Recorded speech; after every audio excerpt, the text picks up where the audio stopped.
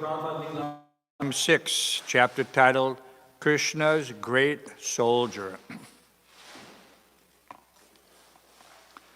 On Janmashtami Day, Srila Prabhupada rode in a rented Rolls Royce to the temple at Bury Place in downtown London to see their lordship Sri Sri Radha London Ishwara.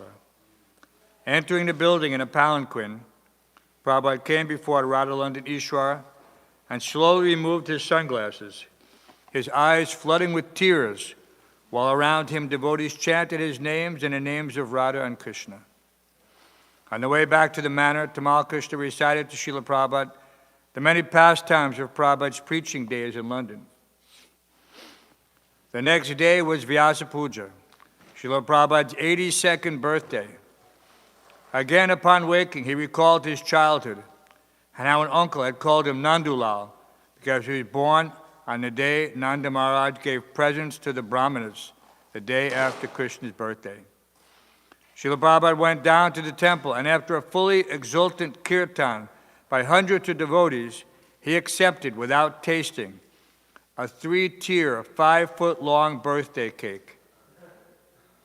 He noticed that the devotees had only used 81 candles due to counting age by the Western method. So another candle was added at Srila Prabhupada's request. At Srila Prabhupada's request, Tamal Krishna stood and spoke. Does everyone understand why Prabhupada put 82? Because in Asian culture, when you're born, you're considered 1 year old. So you've been 10 months in the womb. So don't think you're only 19.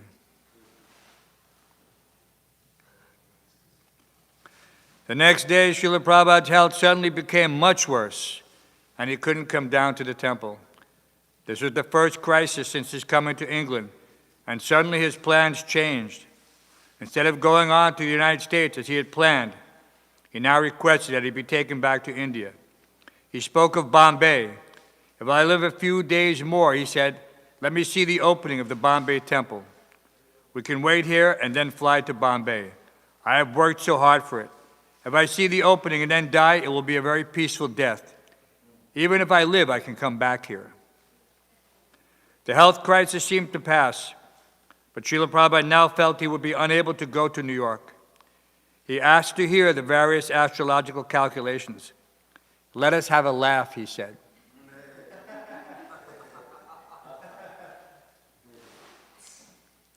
The readings predicted that these would be the most difficult days.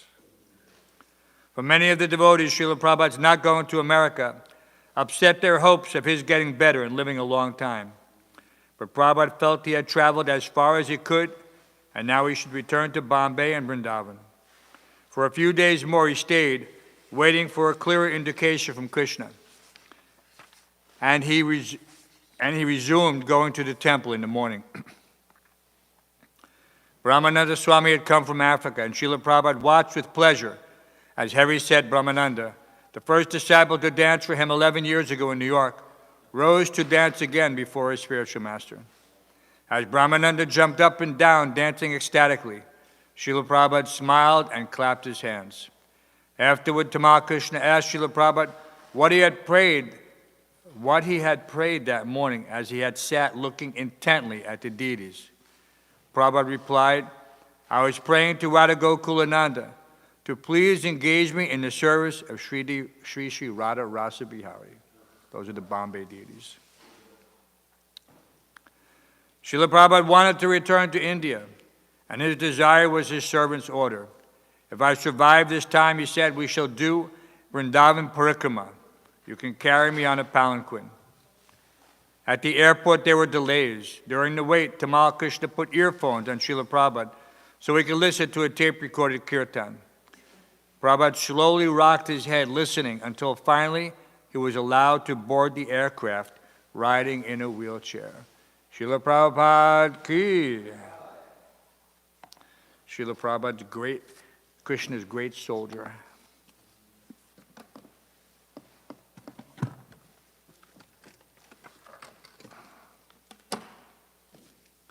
Nobody put the ribbons back here.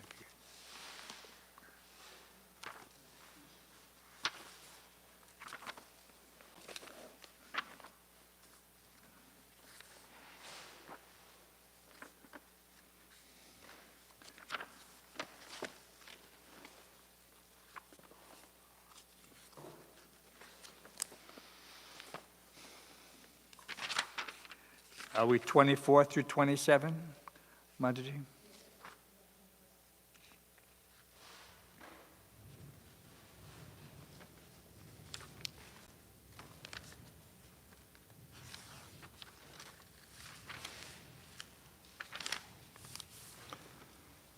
Om Namo Bhagavate Vasudevaya. Om Namo Bhagavate Vasudevaya. Om Namo Bhagavate Vasudevaya. Reading from the Srimad Bhāgavatam, 3rd canto, 23rd chapter, texts 24 through 27. It's confirmed. Chapter titled Devahuti's Lamentation. What is she lamenting about? Her husband just gave her a 7-story palace. Okay, let that be a lesson to you all. So I'll just read through and then we'll chant the sloka 27. Satad Bharatu Samadaya Bachako Valyahas Ksana. Let's see. Sarajam Bibrati Baso Veni Bhutang Chamurdajan. The lotus-eyed Devahuti accepted the order of her husband. Because of her dirty dress and the locks of her matted hair on her head, she did not look very attractive. Purport. It appears that Devahuti's hair had remained uncombed for many years and had become complicated in tangles. In other words, she neglected her bodily dress and comforts to engage in the service of her husband. Text 25. Angang chamalapankena stantanang sabbastan sanchananang sabbalastanam avivesha sarasvatya sarajiva jalasayam. Her body was coated with a thick layer of dirt, and her breasts were discolored. She dove, however, into the lake, which contained the sacred waters of the Saraswati. Text 26. Santak sarasiveshmastar satani dasakanyakaha rava kishora vayaso tadarsot palagandaya. In a house inside the lake, she saw 1,000 girls, all in the prime of youth and fragrant like lotuses. Text 27. Tam drisva sahastarya. Tam drisva sahastarya. Prochu pranjalaya striyaha. Prochu pranjalaya striyaha. Vayam karma karistubhyam. Vayam karma karistubhyam. Sadhina karavamakim. Sadhina karavamakim. Please chant. Tam drishva sasotaya. Prochu pranjayalastiyaha. Vayam karma karistubhyam. Sadhina karavamakim. Tam drisva sarasotaya prochu pranjayalastriya vayam karma karistubhyam sadhina karavamakim tam drisva sarasotaya prochu pranjayalastriya vayam karma karistubhyam sadhina karasamatim kim dritva sastotaya prochu pranjayalatriya vayam karma karistubhyam sadhina karavamakim tam drisva sastotaya prochu pranjayalatriya vayam karma karistubhyam sadhina karavamakim tam drisva sastotaya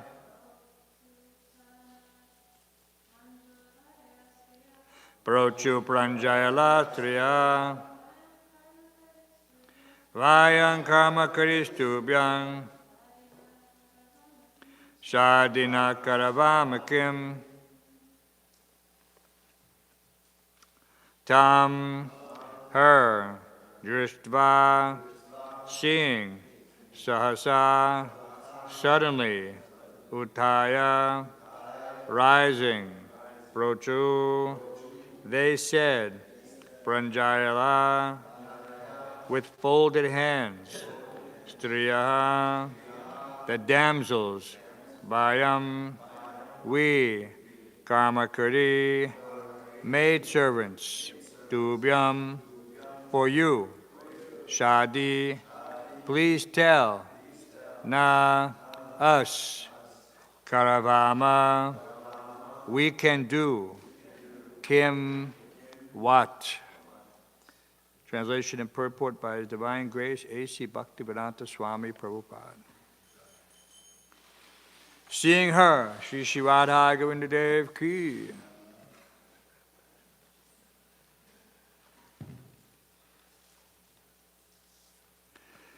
Seeing her, the damsel suddenly rose and said with folded hands, we are your maidservants.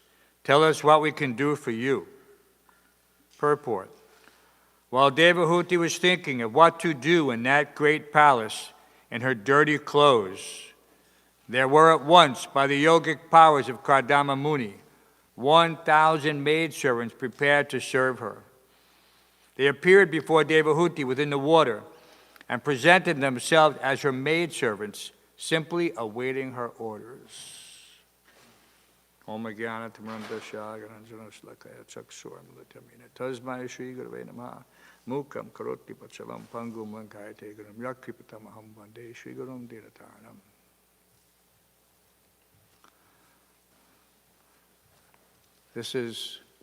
So these matted locks are not a new thing. You know, we see in Washington Square Park and other places that devotees have this tendency. In India also, many of the sadhus, they perform this. For them, it's an austerity, you know, not to pay attention to the bodily accoutrements, you know, so that neglect, of course, they could just as easily shave it off, right? That would be a lot simpler, a lot cleaner.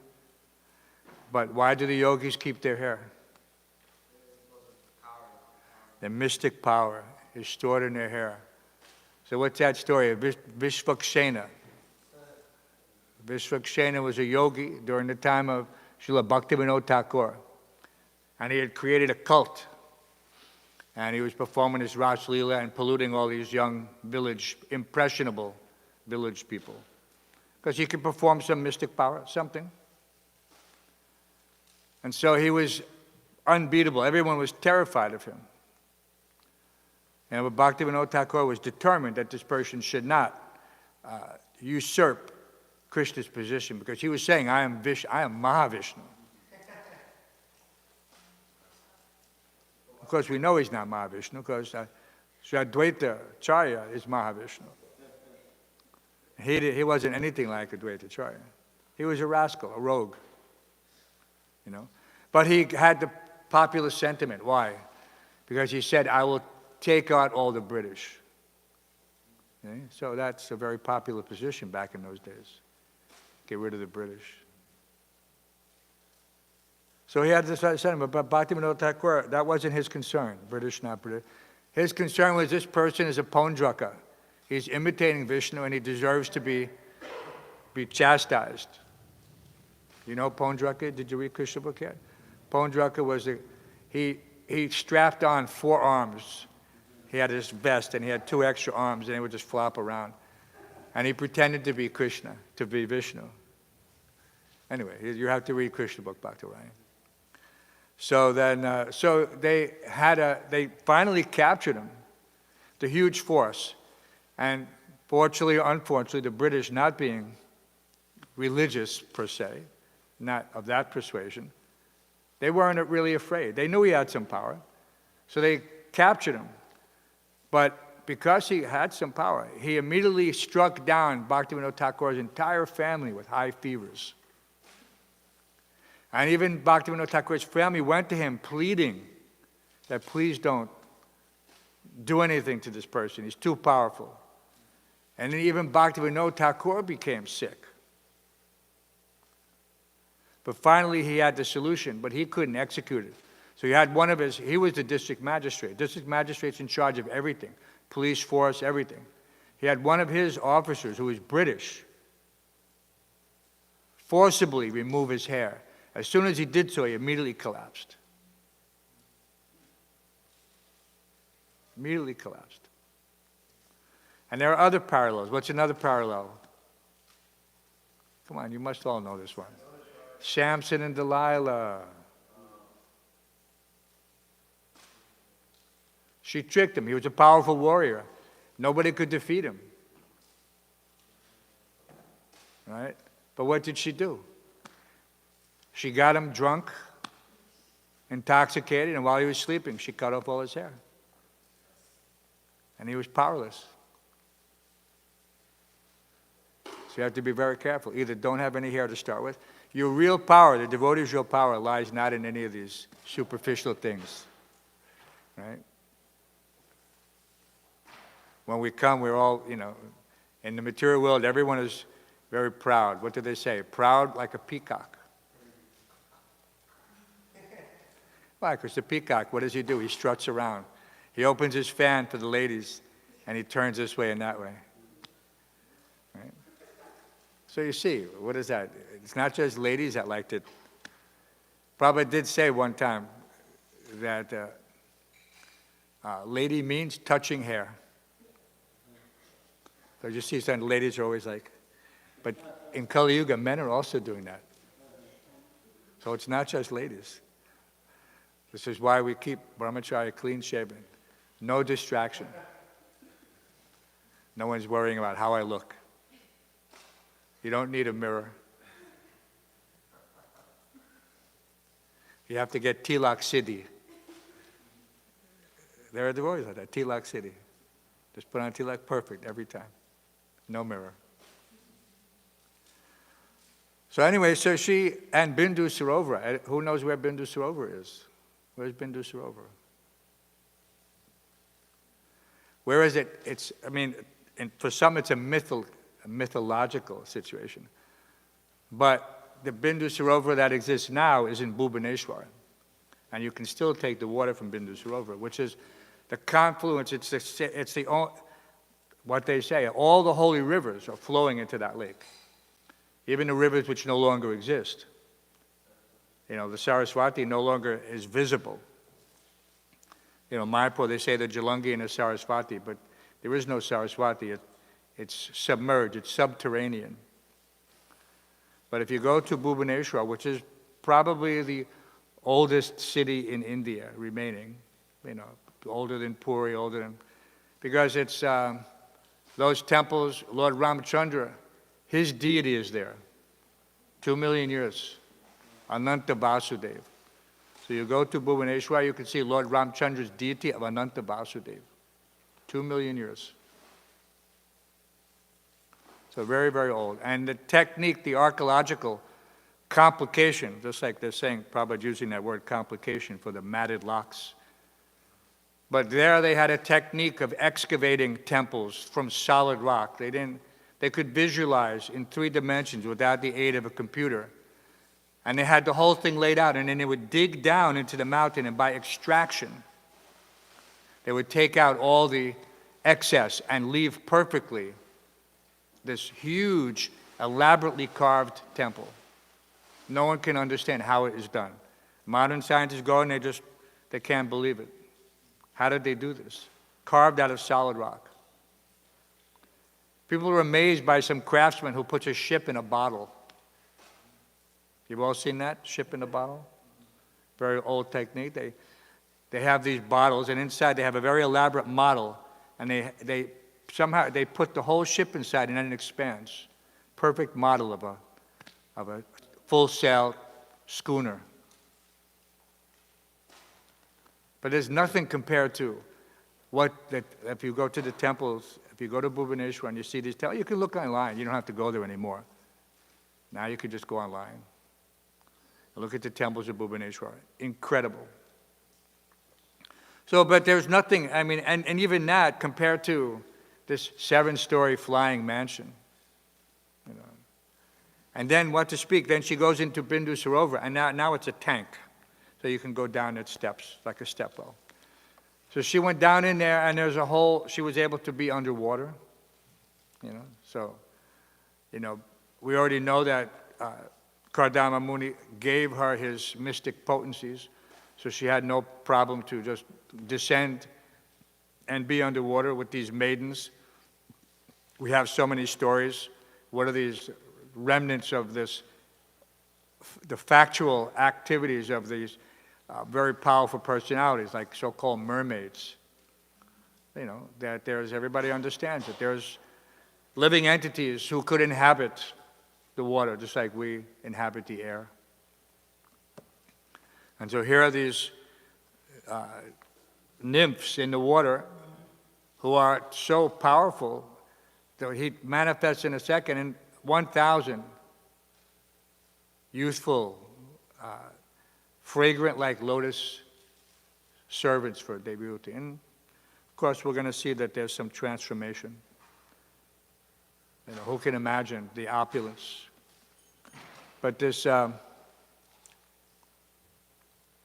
but the idea is not to become completely enamored by things gone past. People wax poetically about the days of yore. Back in the day they say, oh, it was so nice, it was this and that. But there's no profit there, materially or otherwise. For us, we can think how nice it was that Lord Chaitanya inaugurated this Sankirtan movement, and we could certainly hope that the whole world becomes overfloated by the chanting of the holy name. Those things we can consider and take to heart. But not that we think that we want to be at the time of Satyuga where gold was plentiful and jewels were available simply for picking up off the ground. For the devotee, this is not any value what to speak. Seeing others' property as garbage in the street, right? That's what Chanakya Pandit said. You have to, Bhakti Ryan has to get familiar with some of, there was a little book of Chanakya quotes that Srila Prabhupada said. I forget who compiled it. It might be in one of the old verse books. There's all a little section. So devotees used to do this, before we had the internet. They would compile things from Prabhupada's lectures.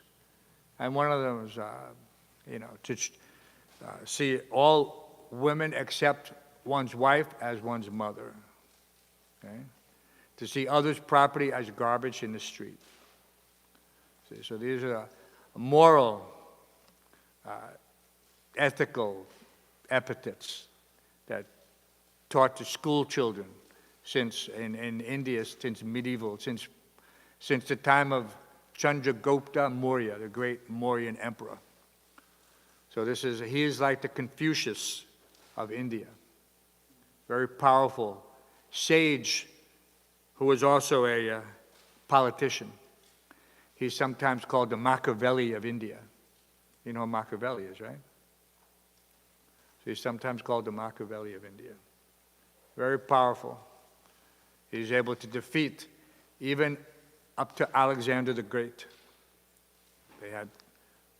So there are so many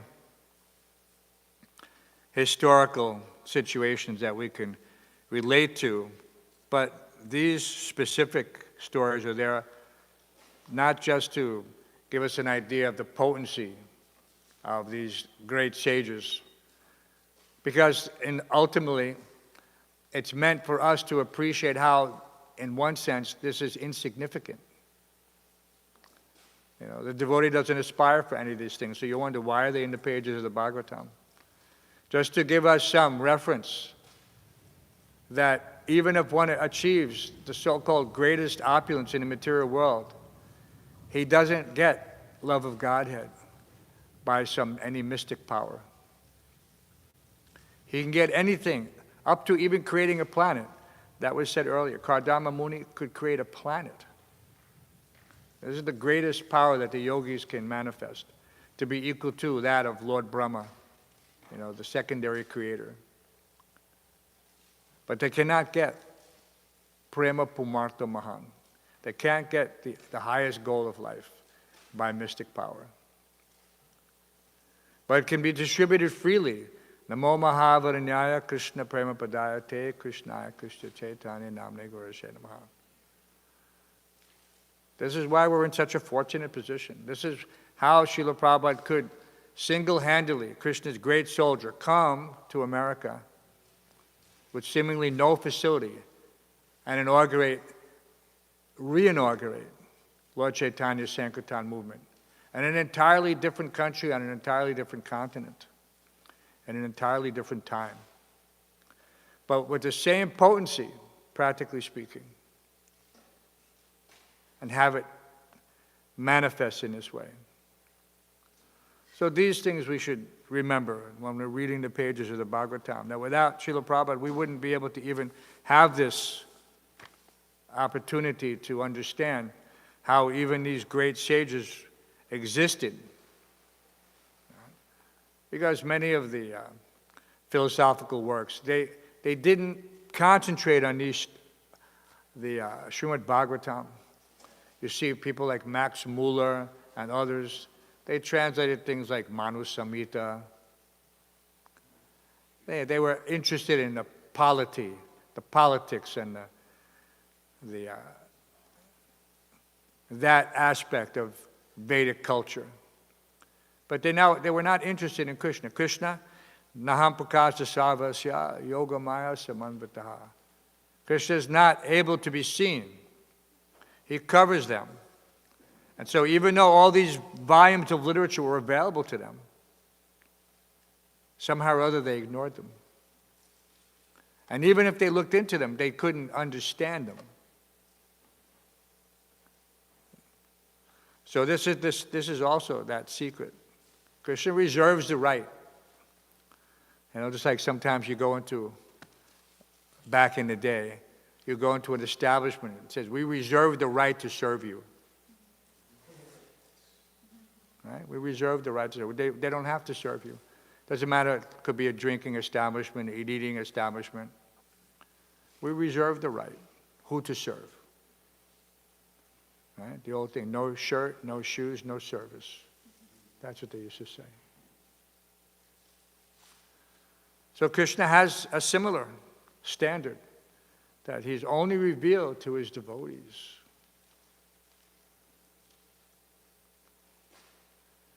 Tesham satati yuktanam bhajatam pritipurvakam dadami buddhi yogam tam.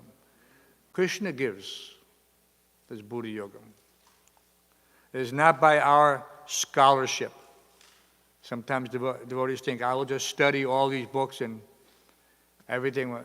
Yes, you will get some appreciation for the complication of the Vedas. Very deep, like the ocean, and so much variety, and easy to get distracted. So we don't want to be moved off the path by our own efforts. You know, you could be driving down the highway very nicely. Everything is very smooth, right? But then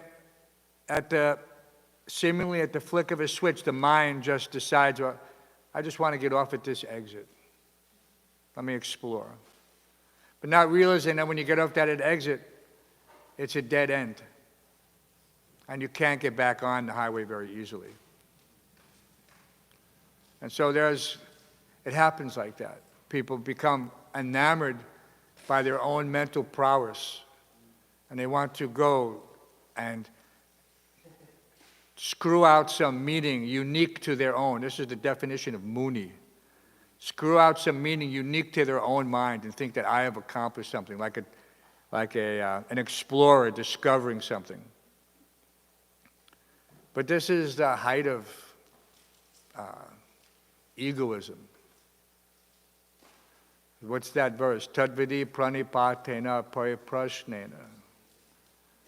One has to try to learn the truth by approaching the spiritual master and inquiring submissively. So that sense of submission should also give one some hint where we should focus our attention. We have Prabhupada's books, we have Prabhupada's lectures, we have Prabhupada's conversations. We have so many things. No one can say that they've read everything, heard everything, assimilated everything. Even I may have heard it, but when I read it again, I get a different understanding. So my assimilation is relevant in relation to my spiritual maturity, how much I have purified myself. All right? Cheta darpana marjanam bhava mahadavadnya nirvapanam. Why did Lord Chaitanya give these 8 simple verses? Because if one is thinking that I'm fully clean, therefore I can understand everything, then where is his actual understanding? So I should be a little bit cautious. You know, when I'm reading Krishna book on a regular basis, I'm reading things and I'm hearing it almost as if it's the first time. Even though I've read Krishna book so many times over the years, so many times. But you read it and all of a sudden, Prabhupada, you should do that.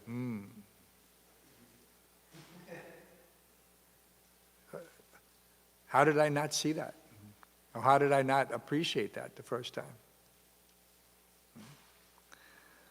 Prabhupada, you can put things together too. When I was reading with my wife last night, we're reading Gopis attracted by the sound of Krishna's flute. So there's one passage where one Gopi says to Srimati Radharani, what does she say? I think that the perfection of the eyes is seeing Krishna and Balaram entering into the forest of Vrindavan. Right? And if you go to Vrindavan and you go to Prabhupada's room, right opposite Prabhupada's desk, it's a big picture. I don't remember who painted it, Parikshit or whoever. And it's Krishna and Balaram entering the forest of Vrindavan. They're just standing there, just like the pose that's on the altar. And Prabhupada said about this specific painting, he said, this is the perfection of the eyes. So you see, he's relating to that, what he had previously said in Krishna book. So he said that about the painting. He said it in the Krishna book. So we should accept that. This is the perfection of the eyes. But we have a tendency to kind of like, look for our perfection. Our perfection is not perfection. Our perfection is anything but perfection. And sometimes devotees in their imagination, they imagine what Srimati Radharani should look like or whatever. This is not a very safe place to be. It says that one should not try to understand the mind of a Vaishnava. So what to speak of trying to give some interpretation. of how we think Radharani should look. You know? Very dangerous. You know, rather we should try to appreciate what Prabhupada has given us. You know, one of the most beautiful deities in ISKCON. You know, the Archa Vigraha is not just there to demonstrate our talent for dressing and decorating. No. You know, Radha Govinda are there to accept our worship. So whatever we're doing in the building should be directed in that way, that this is for the pleasure of Radha Govinda. It's not for my pleasure, you know. And by trying to please them, we're automatically pleasing Srila Prabhupada, because that's why they are manifest here, by the mercy of the spiritual master, to accept our service. Otherwise, it takes an impersonal turn. We start to act, you know, as if it's just some routine, you know, idolatry almost. We have to be very careful. Everything is to Dhyana. Everything is connected to Krishna. Everything in this building is directly connected to Radha Govinda. At least we should think like that. That's very high. I aspire to that. That we should, you know, somehow or other see everything as Krishna's paraphernalia. Because it is, but we have to have that realization. And so if we act on that platform, then gradually the realization will come. And Prabhupada would say that. You have to act. Act. He would always use that term. You have to act.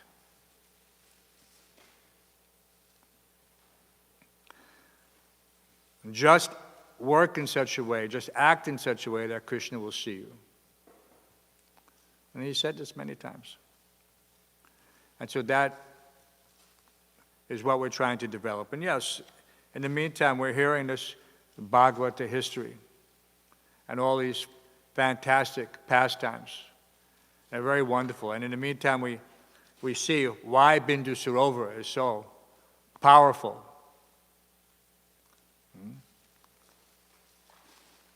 And there's many other, and it's that the original Bindu Sarovar is manifest. Bindu means drop, so tear like that. So much history. So any questions or comments? Bhaktivinoda? Nothing today?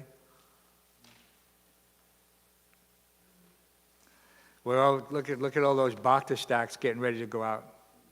That's enlivening. Right? When there was one, they were reading, you know, we tried to center all our activities on pleasing Srila Prabhupada. So we were moving from Henry Street to 55th Street, and we were leaving emptying the warehouse, the old ISKCON press, where we had Spiritual Sky, ISKCON press, everything. And we had pallets and pallets of Krishna books, the blue Krishna books, printed by Dai Nippon Press, the original little blue paperbacks. Remember those, Maharaj? They used to come in a slipcover sleeve, all three of them. But we had them separate for distribution, because, you know, people didn't know what's the difference between volume 1, volume 2, volume 3. So, you know, we just used to separate them. We had them for sale in the whole set, but so that was November of 75, or leading up, it was Christmas Marathon. So we had started in November, because we were moving, we were cleaning everything out. But it culminated for those days bracketing the Christmas season, you know, the lighting of the tree in Rockefeller Center. The big time in New York City. Everybody goes to see the tree. Tens of thousands, if not hundreds of thousands of people on the streets. So we didn't want to move all these books. We didn't have any place for them, really. So we decided we're going to distribute every single book, 10,000 books, in one day. Because we used to do like that. Previous years, they would distribute 10,000, 13,000 books in one, just a blitz like that. So we started out early, went through the entire night, from the early evening all the way through till Mangalarti the next morning.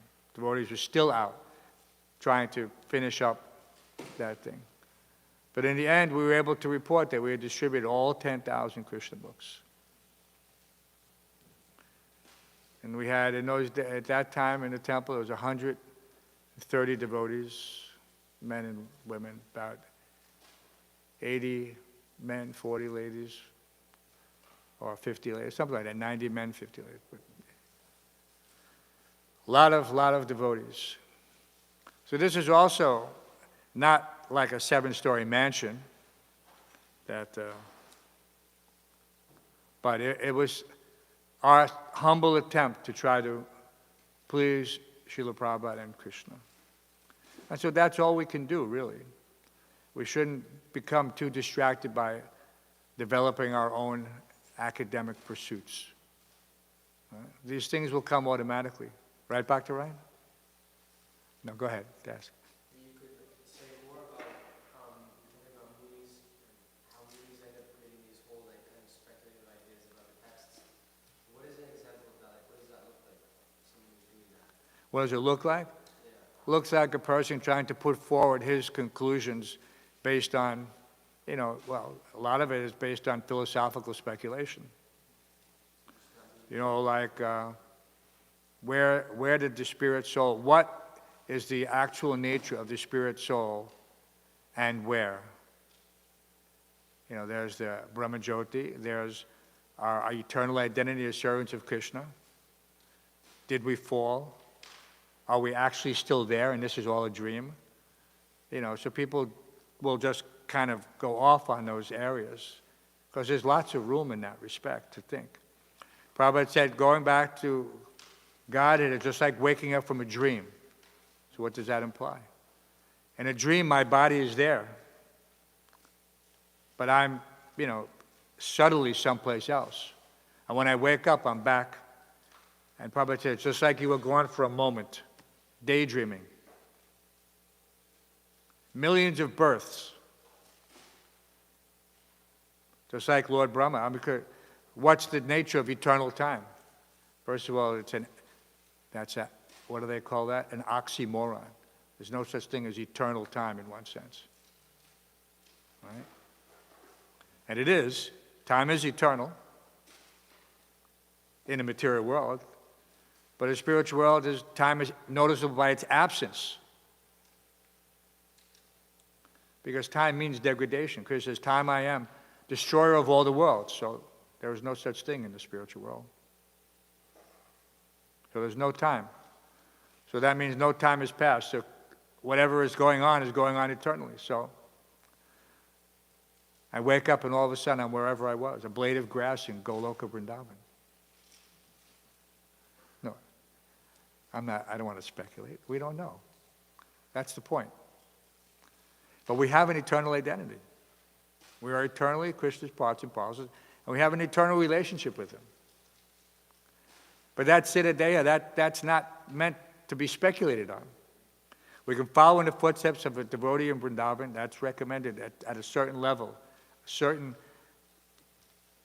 perfection of your devotion, where you emulate, not imitate, the mood that, you're serving Krishna in this particular mood. Yeah, we can serve. Right now we're serving Krishna in the mood of a servant.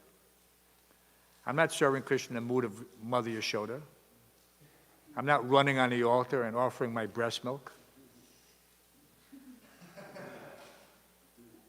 Right? I hope nobody else is doing that also.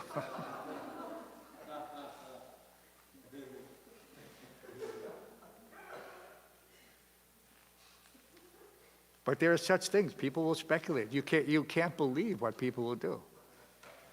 Yes, Narada Muni, Prabhu, but loud. I don't know if I can hear that. But go Hare ahead. Krishna, can you hear me now with the microphone?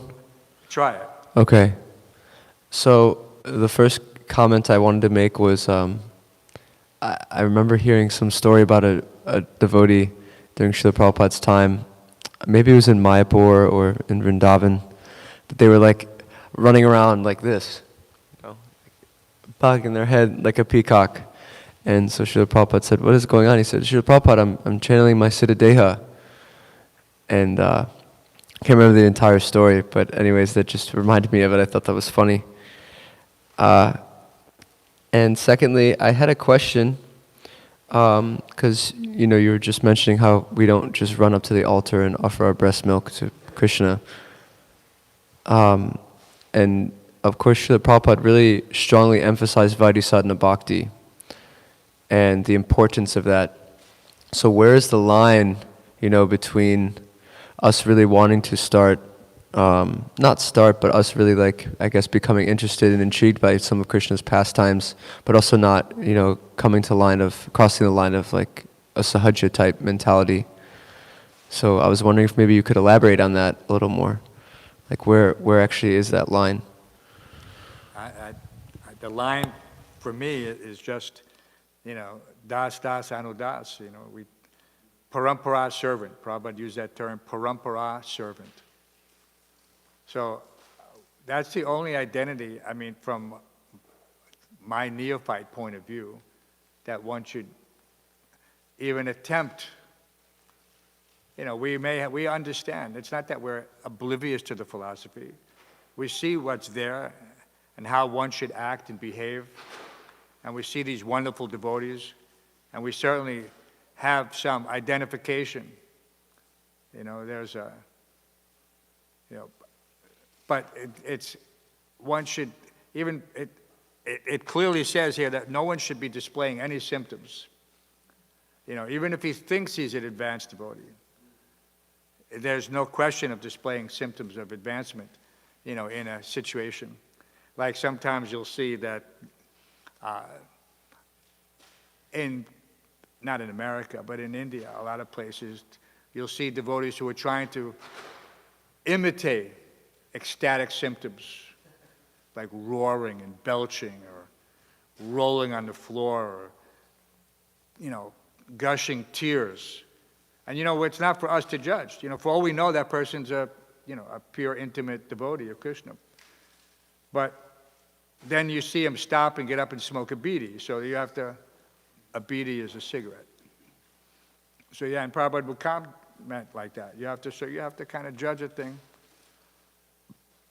It says Krishna was instructing that, how do you understand? Who is that sage? How does he walk? How does he talk? How does he speak?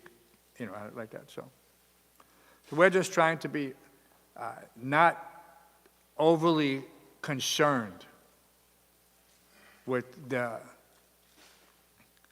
this life is so short in one sense. What's the point of contemplating something, that, and what's the profit also? If I'm thinking that, well, I'm a gopi, or I'm a cowherd boy, or I'm a cow, or I'm a blade of grass. It doesn't, like I say, in our condition, in our impure condition, in our neophyte condition, and if one is thinking that he's not as a neophyte, then he's already in a very dangerous position. People think I'm so advanced, or this, or I'm anything advanced. Then what does he do? He stops trying to be humble. He stops trying to serve devotees. He starts to just do his independent program. Like you said, become a muni.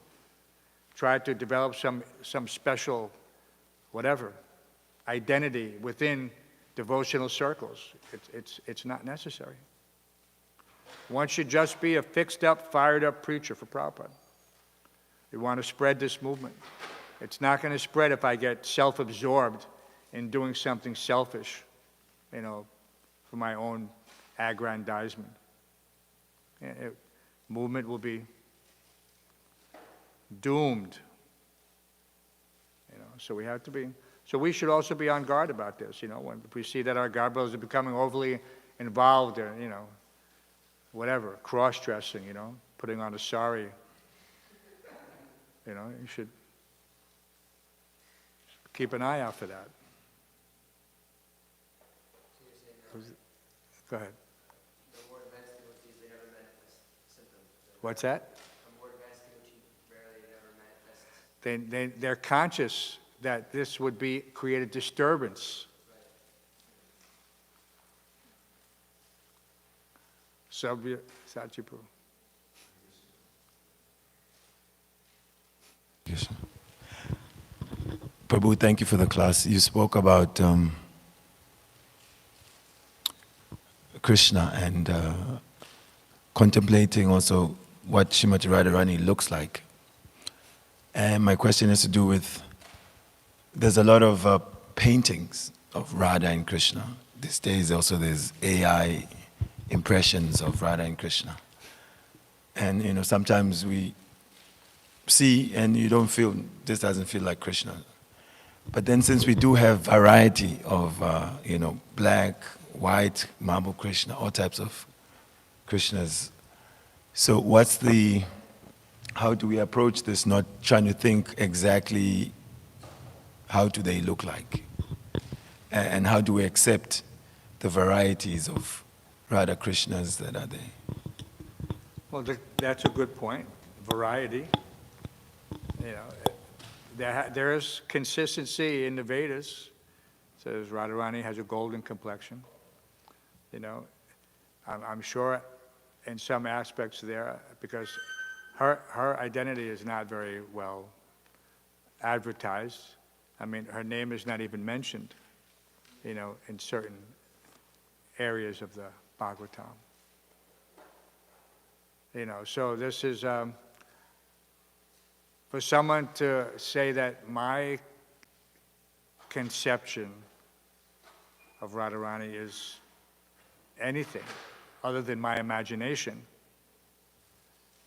is a dangerous position. You know, you could say that yes, she has to be the most beautiful, but then beauty is in the eye of the beholder. Someone's beauty may be this, someone's beauty may be that. So then, where's the point of agreement?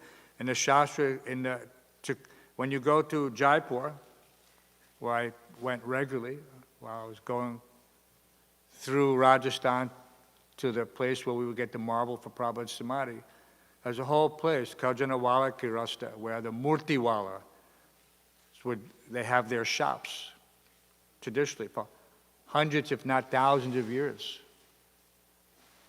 And they're carving the deities, and they're carving the deities according to the scripture. Krishna, his stature is such and such, his arms are such and such, his nose is such and such, his chest is such, and everything is specifically described. And therefore, when we see the deity, we can have some fairly confident understanding that this is accepted by all the great sages who have come before us as an accurate representation of Krishna.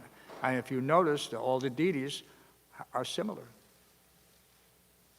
From hundreds of years ago or even thousands of years ago. So we should be satisfied with what Prabhupada has given us in one sense. You know, all the deities, you know, I mean, there are some slight variations, you know. But for the most part, you know, we see the beautiful deities that installed during Prabhupada's time, that all came to Prabhupada mystically, like we're talking about Radha London Ishwar. Mystically. Prabhupada kidnapped them. That's like Krishna kidnapped Rukmini. Prabhupada kidnapped them. You know, but they're exquisite, and they're by the devotees, and Prabhupada would say that, yes, we dress the deities to beautify them, not for our sense gratification, but for Krishna's, you know. That's okay. A nice question has come to me, actually, if I might ask. So, especially considering this whole pastime of Devahuti, we see that Devahuti is so absorbed in the service of her husband that actually she becomes neglectful with her body, becomes neglectful with her health. And that's okay, because ultimately her husband gives her these transcendental cities, gives her the civilization he has. So, obviously, we're living in New York City. There's a lot of work to be done. It's very possible that, you know, we can really push ourselves physically in order to do that. In what way can we become transcendental to our body? Is that something we can expect to actually become transcendental to our body? Or are we ultimately going to be continually pulled down into the Well, I mean, if we were married to a great sage or a great saintly lady, then we wouldn't have to worry. But because we have to maintain his vehicle for Krishna's use, so therefore we take as much care as necessary. As much care as necessary, but not more. As much care, but not more. Okay, so there is always a balance, a medium, that we don't neglect. You know, occasionally it happens, you know. You get into a marathon. We're here in the last week coming up to the biggest festival in New York City that the temple involved in. And it gets a little bit hectic. And so, you know, you may get a little run down if you're not careful, you know. But this is a temporary thing. It's not a permanent thing. You can't sustain that continuously. You know, they don't, but you can, if you train yourself to maintain the tempo for those short opportunities for this expanded service, then your mind will adjust with your body. So you can do it for a short period of time. You're not on a continuous marathon. But so occasionally it happens. Sometimes by chance I have to be up all night because whatever, the temple didn't get properly cleaned or locked up or whatever, and that happens. But you don't think that, oh, now I'm going to be sick for a week. Self-defeating, what's the point? Oh, I'm too run down, I can't come to Mangalarti. No, you have to know your capacity and capability, work accordingly, but don't exaggerate a situation that doesn't need to be unnecessarily, you know, at least in one's mind, you know, you think, oh, I can't do this, I was up all night. No. Again, self-defeating. It doesn't happen all the time. It happens occasionally. It's not going to go on and on. You know, and if it goes on and on, then you got to go tell the temple general manager, whoever that is, you know, and then say, you know, I think I'm in a situation where that's unsustainable. You can say that. This is not on her. And then he'll say, well, how is that? So I don't know. Somehow or other, I looked at my schedule, and I'm washing pots till 1 o'clock in the morning every night for this week. And obviously that's a mistake. That can't happen. Maybe the computer had a glitch, and they copied Bhakta Ryan's name in every field. Bhakta Ryan ended up in the schedule for every single service in the entire temple. From morning till night. Cooking the prasadam, serving the prasadam, washing the pots. No, it won't happen. But I said, it's an opportunity to depend on Krishna, to fully surrender as much as possible. So a lot of times you don't get that. We're living in this is a 5-story palace. You know, this is not a hovel. You know, it's not a run-down slum someplace. No. We have everything we need and more, technically. And so this facility has been given to us by Krishna to do this, execute the service. And so we appreciate that, and we're thankful. And Prabhupada said that we have to have gratitude for what the spiritual master has given us in the form of knowledge. He has given us something priceless. And that gratitude is manifest by how we reciprocate, by engaging ourselves. You know, there's beyond the so-called doubt, which everyone encounters occasionally. You know, you just work through it and you say, okay, Krishna, whatever I need to know, you know, ananyas chintayanto mam. You know, he provides whatever we lack and carries and preserves what we have. Provides whatever we lack. This is how we can appreciate that somehow or other I'm under his care, because I can feel it. I can feel how I'm able to understand, you know, and appreciate these things which are foreign to 99.9% of the population. You know, beginning from I'm not this body, or understanding the nature of the cosmic manifestation, the spiritual world and the material worlds. You know, the subtle body, the gross body, the material elements. There's such things don't. What did we learn in school? The periodic table. What the heck is a periodic table? What does that do for anybody? You know? It's not the modes of material nature, goodness, passion, ignorance, and then transmuted into the 8,400,000 species of life. They don't know how that works. Karma, you know. So, but the burden of this knowledge is that we have to distribute it, not to keep it inside and try to just, like I said, create some independent philosophical conclusion that I can then put my name on and say, I did this. I write a book. My interpretation. Prabhupada was very smart. Bhagavad Gita as it is. Can anybody else do that now? No. No. Not any one of his disciples can say, you know, Bhagavad Gita as it is by such and such das. No. So everyone has to have something different. And that's okay. You know. But there will never be another Bhagavad Gita as it is. You know, so we're very fortunate. You know, and we pray that those whom we're distributing these books to get the same benefit that we had. That's all. So that should be our conviction, our conclusion, to just go out every day, somehow or other, and whoever we meet, you tell them about Krishna. It doesn't matter if it's the guy, the postman on the street, the guy sweeping the street, the guy parking the cars, although he doesn't like to hear it, but that's okay. You know, everyone you meet, you find some way to say, oh, you didn't know we had a temple over here with a restaurant downstairs or a Sunday feast? You know, this is, you had people here yesterday for the first time. This will always be the case, that there'll always be people coming to the temple for the first time. And Krishna has sent them specifically for us to engage. So we have to take that seriously and not think that, no, I'm too tired. I can't go to the Sunday feast.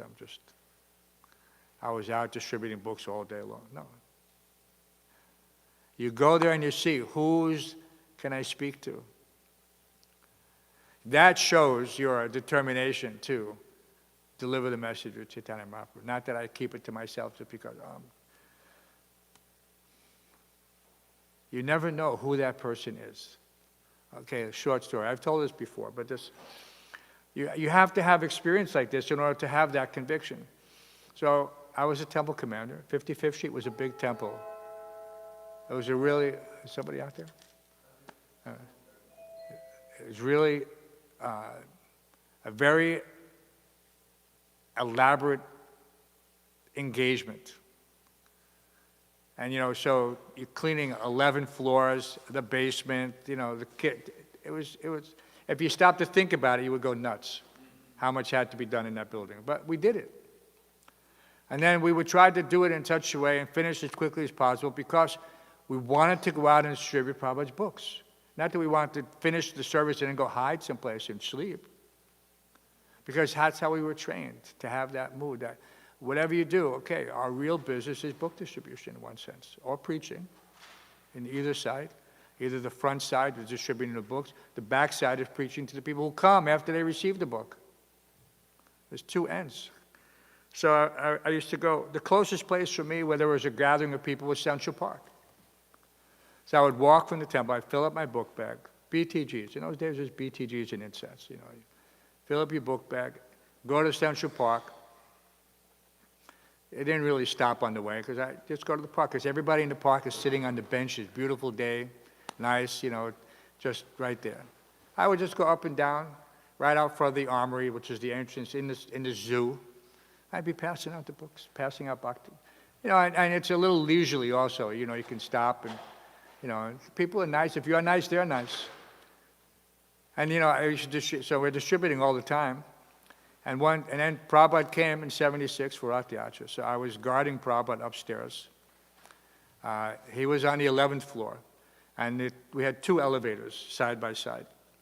And they would both empty into the elevator lobby, a lobby on each floor. So Prabhupada's sitting room was to the right as you exited the elevator. So I would sit in front of the elevators on a bench to see who's coming off, and then direct them accordingly. You know, because if you get in the elevator on the ground floor, you press 11, there's nothing to stop you from going up to the top floor. So we had to protect Prabhupada, keep him, you know, from getting unnecessarily disturbed, or you know, even worse, some nonsense person. So so this nicely dressed couple got off at the 11th floor. I said, and they didn't look like devotees or anything like that. I said, we're here to see Srila Prabhupada, to meet Srila Prabhupada. I said, oh. I said, and how did you? I had never seen him at the Sunday feast. I didn't recognize him at the first, but I offered them the seat. So there's two benches, just these Naga-hide settees, whatever you want to call them. No backs, not a couch, just a bench, nice bench, against the windows behind me, which overlooked one of the streets. Prabhupada's, I would have to contemplate. Pretty sure the windows that I was on faced the street against. So anyway, so they're sitting there, and you know, I checked, and Prabhupada was with someone else. So I said, okay. So I went and I motioned to the secretary who was sitting with Prabhupada. I said, yeah, Prabhupada has a couple of guests. He said, okay. After, and Prabhupada was very liberal. He would meet, you know, devote any guests, especially well-dressed guests. And I would guess that this couple was probably in their late 30s, early 40s. But, you know, New York couple, attractive, you know, well, you know, so cultured. So as I'm sitting there chanting my rounds, I could feel, you know, you can feel when someone's staring at you. And they're just staring at me, and you know, so eventually I kind of like turned around and said, what you always say. I said, do I know you? And then they looked, they said, you don't remember us? You know, what do you say? You know, of course I don't remember them, otherwise I wouldn't have said, do I know you? But I said, you know, I meet a lot of people. I don't remember, you know. So they said, you gave us our first Back to Godhead magazine, and now we're here to see Srila Prabhupada. And we bought all the books, because in those days you bought the books from the Back to Godhead, had the BBT coupon in the back, and you could contact the BBT. And we've read all Prabhupada books. We can't believe we're here to see Srila Prabhupada, and Prabhupada is here. I said, you know, you wonder, okay, from one BTG. So this is why you never minimize, you know, speaking to a person who may have already received, you know, one Back to Godhead and just came to get a little bit more. They just needed a little bit more to see how the devotees react or interact before they take it the next step. You know, so this is our duty, to be here for those souls who are being reclaimed by Krishna, not by us. You know, this is happening from how many births, who knows? You know, or what level of Agyata Sukriti but at this point they've come into the temple. Or at that point they took a book. So these once you, I can't say for everyone, but once you've had that experience, you recognize how important it is to give Srila Prabhupada's Bhaktivedanta purports in this age. Because there's nothing else that compares. Doesn't matter where any other mat, any other, you know, sampradaya, it's not there at this point. It may have been there at one time. But now, this is the time of the International Society for Krishna Consciousness. One time Prabhupada commented that this movement, you know, we say Golokara, Premadana, Harinama, Sankirtana. Prabhupada said this movement has descended from the spiritual world. ISKCON.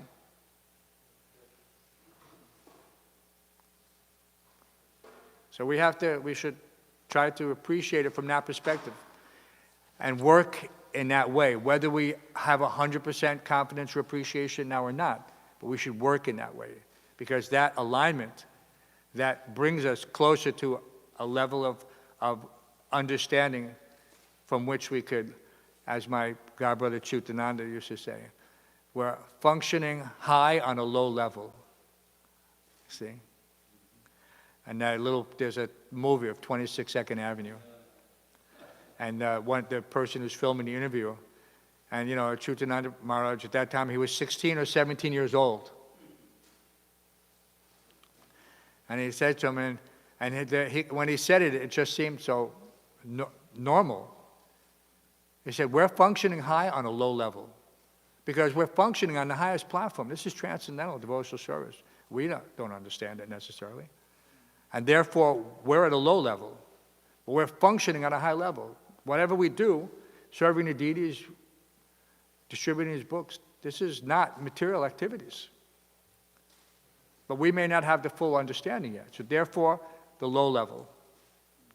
Tadara justamo bhava kama lobhadayasya cheta eta anavidam stipam sapam prasidite. Divinity and Divine Service, first canto, second chapter. Okay, you got to study that part, right? Okay. Any other questions, comments, corrections? Concern?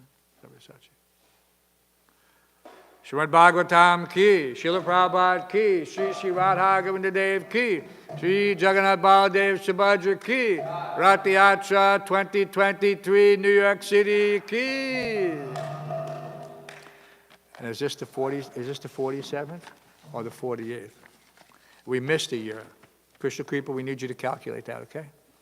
1976 was the first. So what is this one? It's the 47th year, right? Even though we missed a year, it's still the 47th annual. We took Lord Jagannath down Fifth Avenue in a I can't remember if it was a convertible or not. We just drove down Fifth Avenue in 2020 when they closed us off. So we still had it, but it wasn't.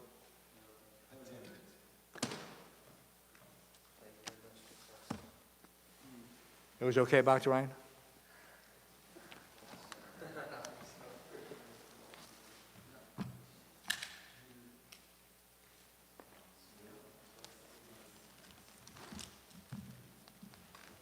Your first line, Huh? Your first line. Yeah. You're like, what should I do? She's just good at that. Listen to you. That was funny.